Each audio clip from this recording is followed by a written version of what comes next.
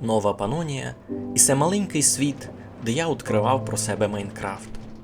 Туйко прийшло вже немало часу, я настроїв много всякого великого, і файного, і не дуже, і прийшов час мені стати на путь просвітництва. Я, Мігаль, безувся закласти нове село, котре построїв повністю сам. Презентую вам новоселицю.